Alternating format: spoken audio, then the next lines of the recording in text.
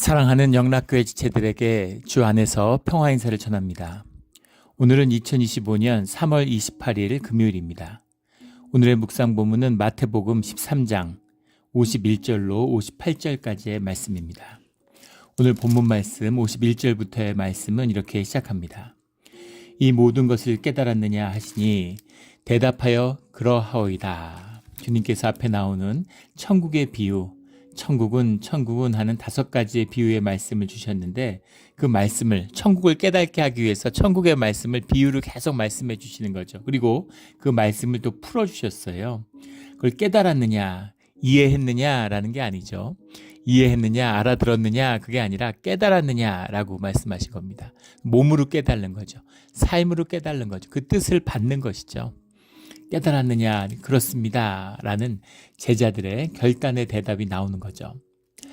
52절에 예수께서 이르시되 그러므로 천국의 제자된 서기관마다 마치 새 것과 옛 것을 그 곳간에서 내오는 집주인과 같으니라. 굉장히 어려운 말씀, 대표적인 성경의 어려운 구절 중에 하나입니다. 천국의 제자된 서기관이 도대체 뭐냐라는 거죠. 왜 서기관이라는 표현을 썼을까? 서기관이라는 것은 성전에서 그 성경을 가르치는 사람들이죠. 또 성경을 수납하는, 그 시대에는 지금처럼 책으로 한 권 딱 돼 있는 게 아니라 두루마리로, 양피지 두루마리로 되기 때문에 산더미 같은 거예요. 구약만 해도, 이 히브리 바이블만 해도 산더미입니다. 그걸 잘 수납하고 관리하고 또 필사하고 또 그것을 가리키는 사람들, 그런 사람들이 서기관이고, 서기관들은 당연히 성경에 대해서 이제 가장 잘 알고 있는 사람들이죠. 그런데 천국의 제자된 서기관, 천국이라는 표현은 주님과 함께함이잖아요. 주님과 하나 됐다라는 게 천국의 표현이죠.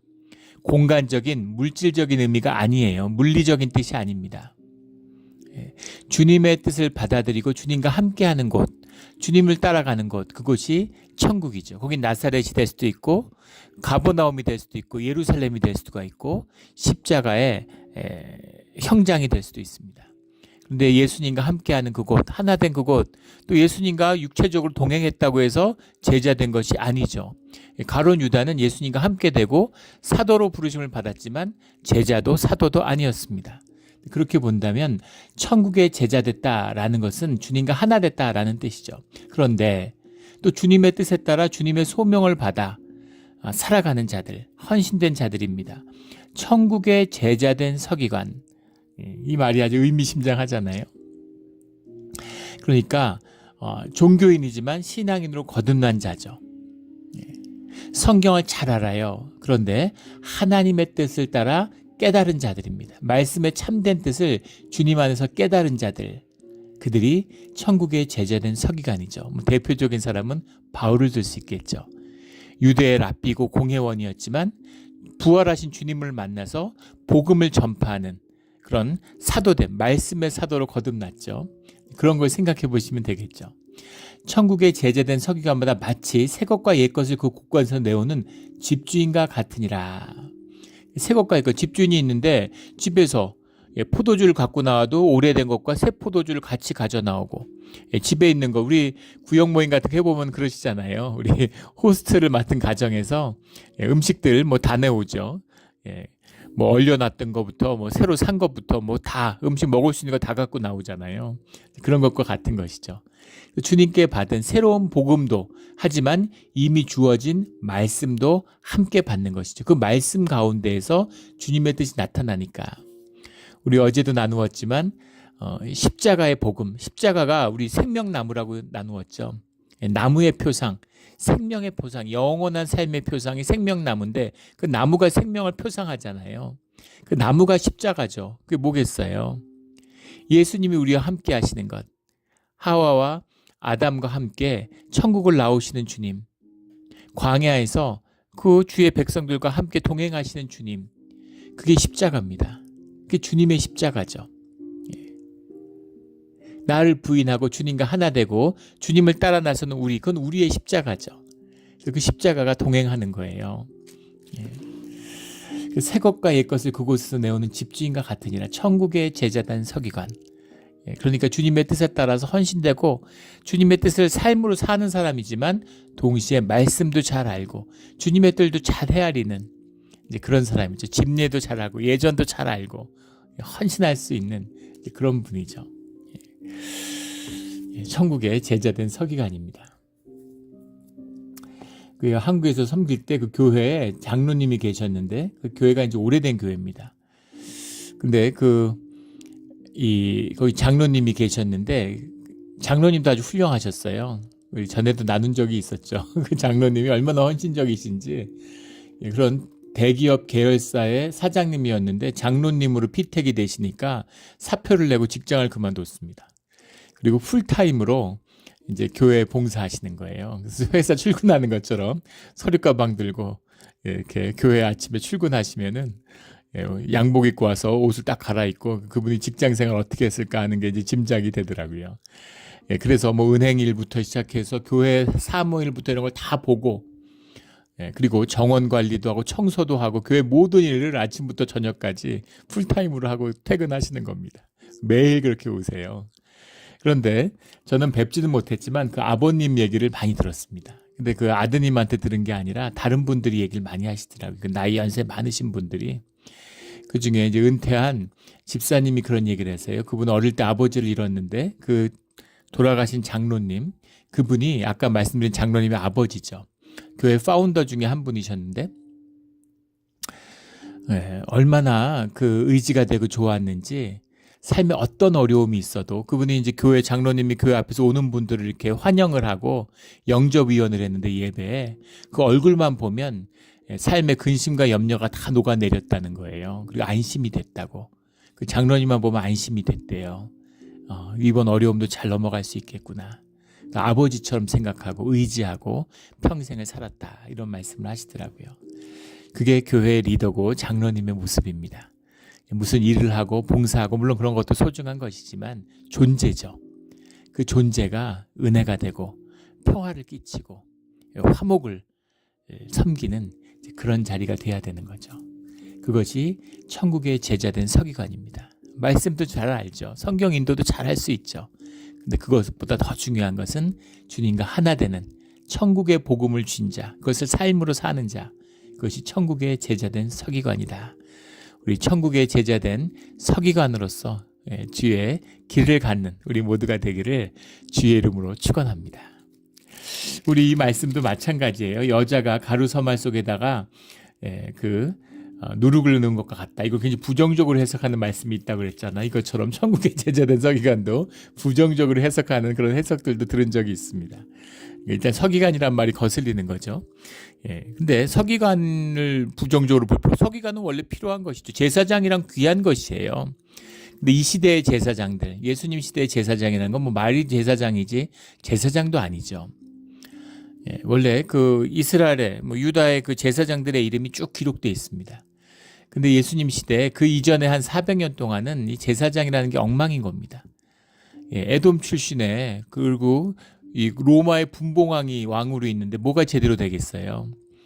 그러니까 이 제사장들의 임기가 채 2년이 되지 않았다 그러죠. 정치적으로 그냥 뇌물 받고 계속 바꾸는 거예요.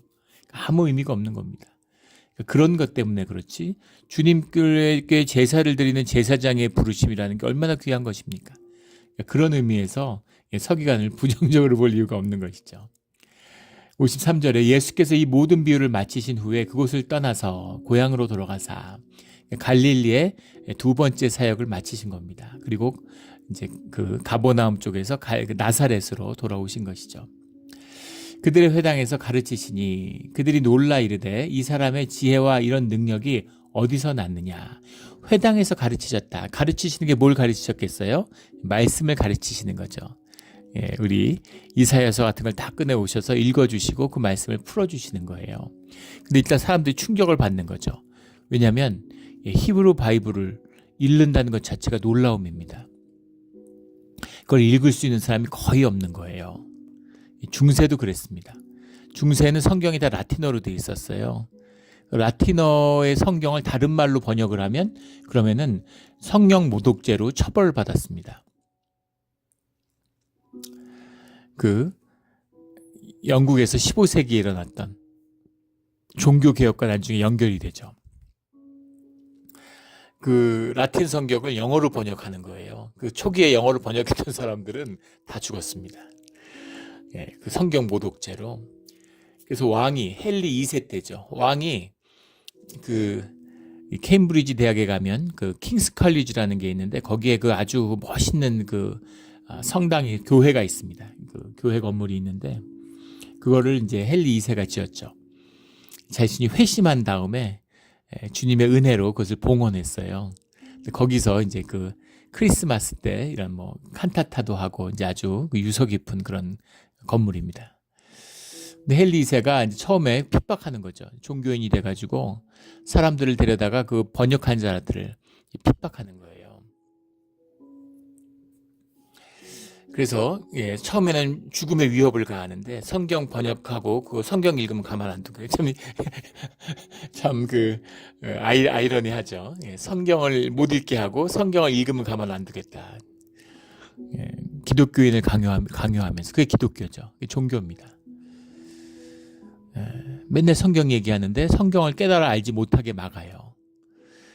그래서 이걸 하면 가만 안 두겠다. 근데 사람들이 죽음을 불사고 죽여라. 우리는 나는 성경을 못 끊겠다. 그러는 거죠.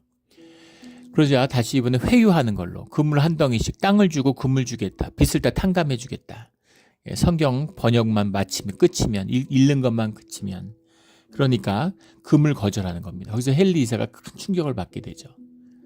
도대체 성경이 뭐길래 뭘 받길래 뭘 읽길래 죽음의 위협을 이겨내고 죽여라. 죽음을 두려워하지 않고 황금을 탐내지 않는 도대체 뭘까 저 무지랭이 농민들이 굉장한 충격인 겁니다.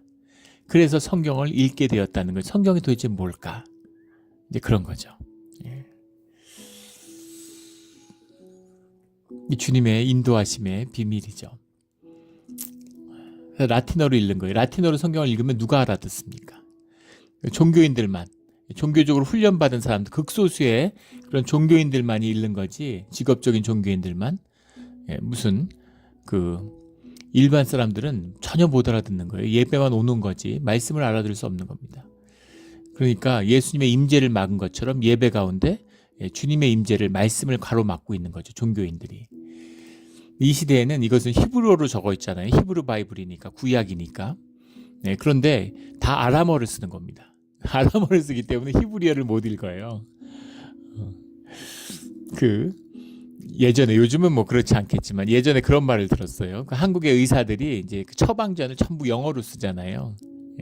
사람들이 처방전을 봐서 약국에 가는데 뭐라고 그랬는지 봐도 잘 모르는 거죠. 그런데 미국에서는 영어로 쓰니까 좋겠다. 근데 또 미국에서는 예전에는 라틴어로 처방전을 썼답니다. 요즘엔 뭐 영어로 쓰겠죠.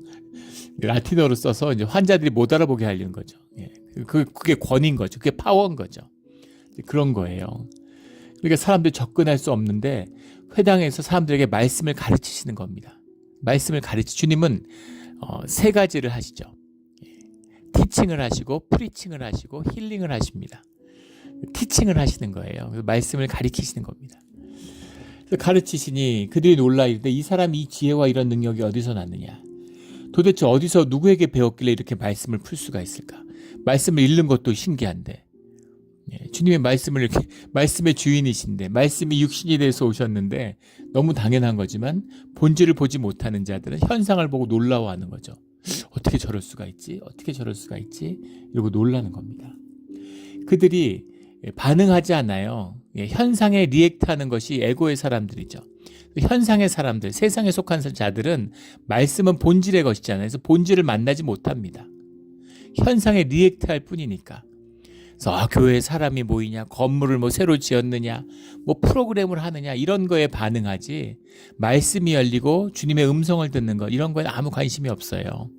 누가 그런 거 있다 그러고 말씀을 한다 그러면 오히려 그걸 짓밟으려고 그러죠. 그런 권능과 그런 생명을 위협과 위험으로 받아들입니다. 그게 종교의 전형적인 모습이잖아요. 막 판단 정죄하려고 그러는 거죠. 좀 판단 정죄를 하는 거죠. 이 사람의 이 지혜와 이런 능력이 어디서 났느냐. 55절에 이는 그 목수의 아들이 아니냐. 그 목수라는 건 이제 아버지 요셉을 가리키는 거겠죠. 그 목수의 아들이 아니냐. 당연히 그 시대에 아버지의 직업을 자식도 물려받고 어린 시절부터 아버지와 함께 일했을 겁니다. 예수님도 목수로 사셨겠죠.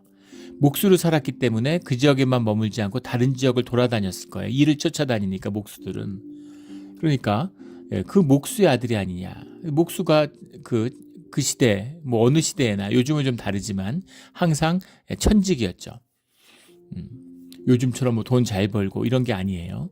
그 목수의 아들이 아니냐. 그 어머니는 마리아, 그 형제들은 야고보, 요셉, 시몬, 유다라 하지 않느냐. 여기 나오는 야고보가 나중에 예루살렘 교회의 리더가 되는 그 야고보고 야고보서의 주인공인 야고보죠. 그 야고보, 예수님의 제자 야고보가 아니고 그의 형제 야고보입니다. 그 형제들을 다 아는 거예요. 이름도 다 아는 거죠. 어릴 때 잘하는 걸 보고 그 집안이 가난하고 그 집안이 힘들고 목수일하고 어렵게 살아가는 거 다 알죠. 근데 거기서 못 배웠다는 겁니다. 학교를 다닌 것도 아니고 뭐 랍비가 된 것도 아니고. 근데 도대체 어떻게 이렇게 말씀을 알고 말씀을 전할까? 그게 신기한 거죠. 그리고 그 안에는 깔보는 마음이 들어있는 겁니다. 목수의 자식인데 너도 목수잖아 결국은 이런 거죠. 예전에 그 치기공 하는 분이 계셨는데 그분이 이제 그 아주 이제 기술도 있고 자꾸 뭘 개발하고 뭐 특허도 내고 이래가지고 그걸 잘 하시는 분이에요. 근데 그분이 이 한국에 가서 한국에 이제 치기공 같은 걸 대학에서 가리키니까 초청을 받아서 강사로 가서 강연을 가셨대요. 근데 그분이 내일 당혹스러운 건 이분은 고등학교밖에 안 나왔는데 가면 항상 강연을 하면 사람들이 감동받고 교수들도 있고 와서 듣고 다 박수치고 칭찬하고 막 이러는데 비수와 같이 찌르는 한마디. 대학은 어디서 나왔냐? 무슨 대학을 나왔느냐라는 거예요. 그 말을 들으면 위축된다는 거. 그 말을 들으면 기가 죽는다는 거예요. 왜냐하면 그 반응 다음이 뭔지를 아는 거죠. 대학을 안 나왔다 그러면 분위기 싸늘해지고 갑자기 어색해지고 그리고는 깔보는 게 느껴진다는 거예요. 물론 실제 깔보지 않았는데 내 열등감과 자격지심 때문에 그렇게 느껴졌을 수도 있습니다. 그러나 우리가 한국이 대표적인 학력 사회잖아요.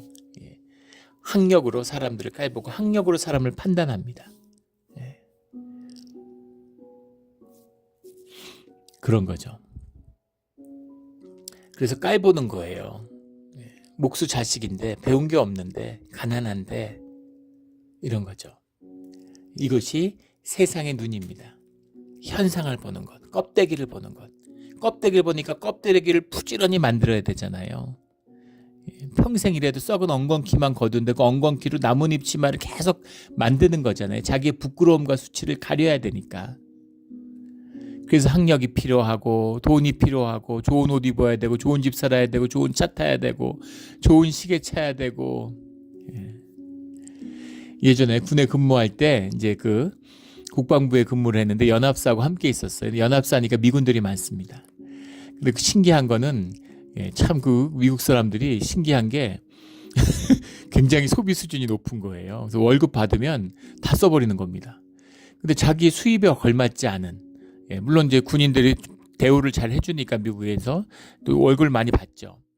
그런데 그 월급에 어울리지 않은 막 그런 걸 타고 다녀요. 벤츠 같은 걸 몰고 다니고, 뭐 멀시드 같은 걸, 뭐 롤렉스 같은 거, 막 그런 명품 시계를 차고 다니고 그래요.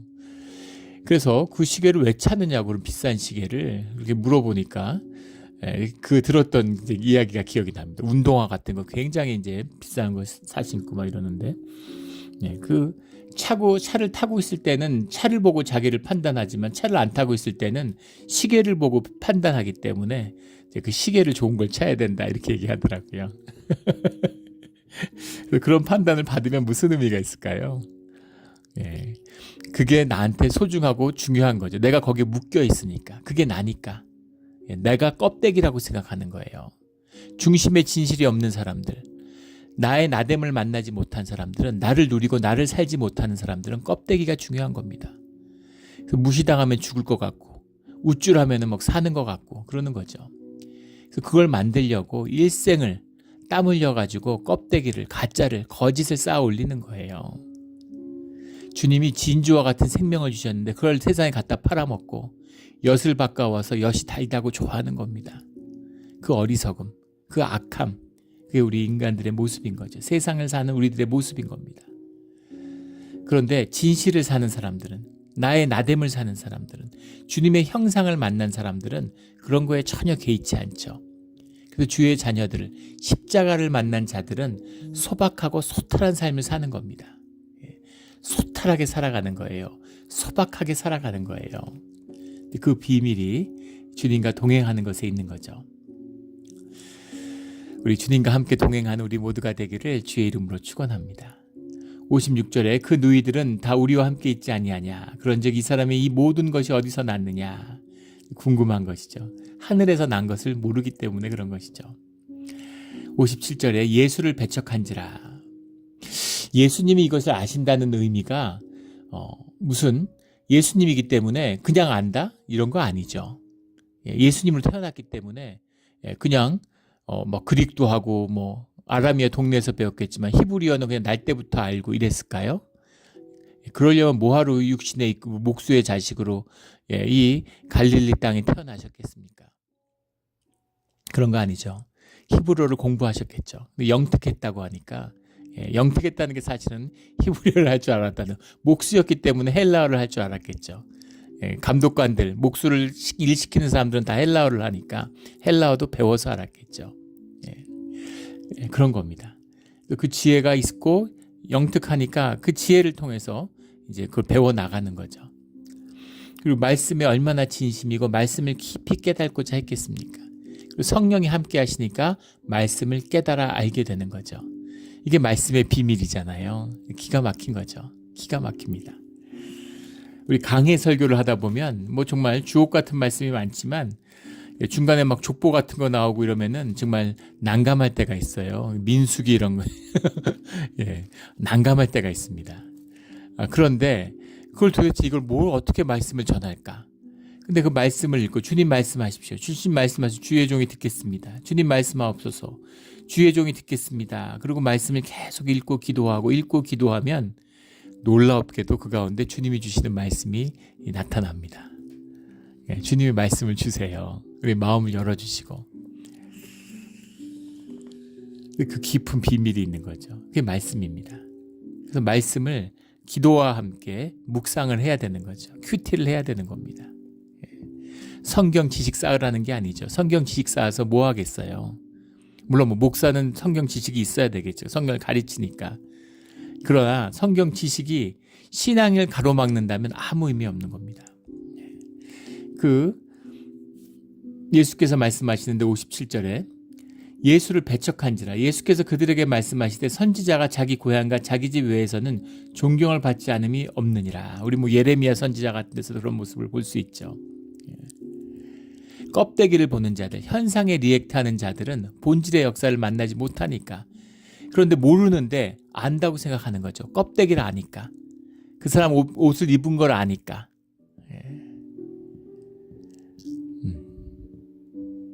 지금 책 제목이 정확히 기억이 안 나는데 무슨 뉴욕에 있는 무슨가의 영장류들 뭐 이런 책이었어요. 우리 이제 설교 때 한번 나눴는데, 아주 그 부잣집 뭐 이런 데서 태어나가지고 이제 뭐 이런 뭐 예일 하버드 이런 데서 공부하고 인류학자가 돼가지고 뭐 이렇게 동남아시아 뉴기니 그런 데 가서 이제 일을 공부를 하고 연구하다가 이제 애가 태어나서 자라니까 애를 공부시키기 위해서 자기 이제 처갓집으로 돌아온 거죠.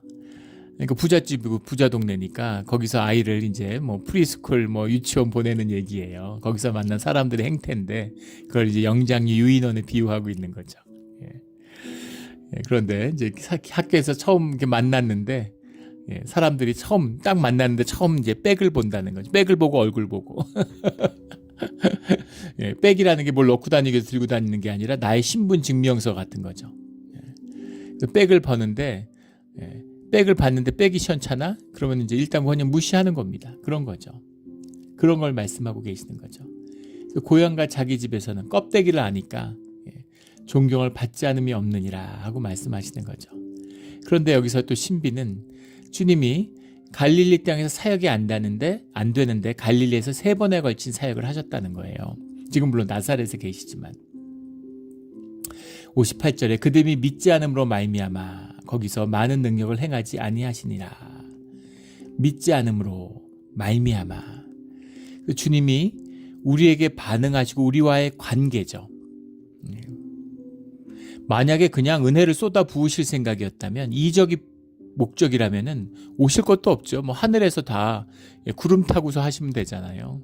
하늘 위에서 쏟아 부으시면 되잖아요. 그렇게 하지 않으시고 인간의 육신을 입어서 인간과 하나됨으로 이 땅에 오신 거잖아요. 제2의 아담이 되어주신 거잖아요. 왜 그렇게 하셨을까?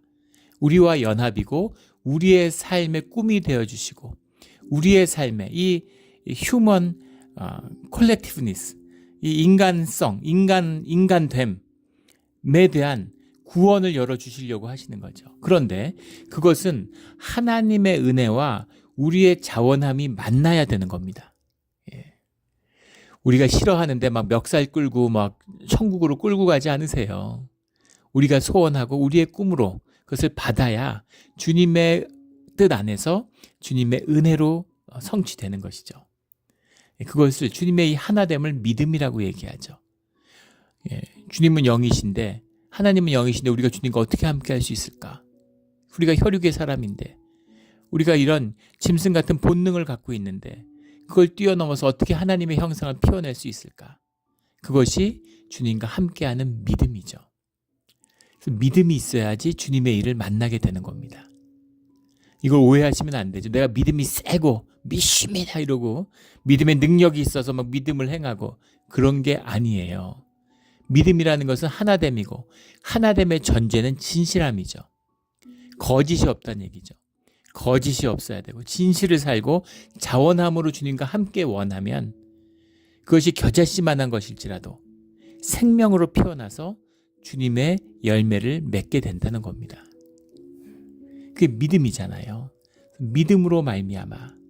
안타깝게도 이 고향의 사람들은 믿음을 없음으로 말미암아 거기서 주님의 능력을 만나지 못했다. 사람 10명 고쳐줄 수 있는데 2명 고쳐줬다 이런 얘기가 아니죠. 생명의 역사가, 주님의 생명의 역사가 열리지 않는다는 겁니다. 이게 비밀이에요. 이게 종교의 모습입니다. 다 있어요. 그런데 진실함이 없는 겁니다. 다 있는데 말씀이 없어요.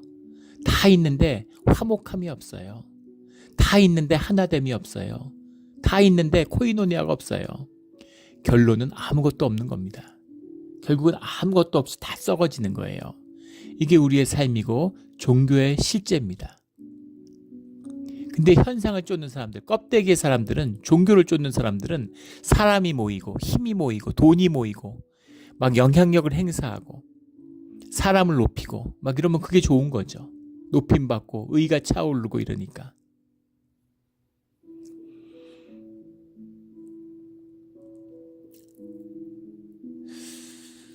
믿지 않음으로 말미암아. 가슴 아픈 이야기지 않습니까? 사실 우리의 모습이죠. 믿습니다 하지만 믿지 않죠. 주님이 정말 살아계신 걸 안다면 어떻게 짐승같이 살겠어요? 욕심을 쫓아 살겠습니까? 어떻게 나쁜 짓을 하면서 살겠어요? 어떻게 주님을 두려워하지 않을 수가 있겠습니까? 주님을 믿지, 주님이 계신다는 걸 믿지 않는다는 얘기가 아니죠. 주님이 계시겠지. 그런데 주님이 나와 무슨 상관일까? 살아계신 주님의 능력이 있겠지. 그런데 우리 가운데 뭐 역사하시겠어? 주님은 계시지만 우리 교회에 계시겠어? 이게 믿지 않는 겁니다. 믿지 않음으로 말미암아. 믿지 않는 자들은 심지어 주님이 육신을 입고 이 땅에 오셔서 그 삶 가운데 함께 하시는데도 그 은혜와 그 능력을 전혀 힘입을 수 없는 거죠. 그리고 노예 생활을 하고 있는 겁니다. 더 비극적이죠. 음식이 없어가지고 굶는 거하고 뷔페 식당에서 굶는 거하고 뭐가 더 비참할까요? 이것이 종교인의 비참함입니다.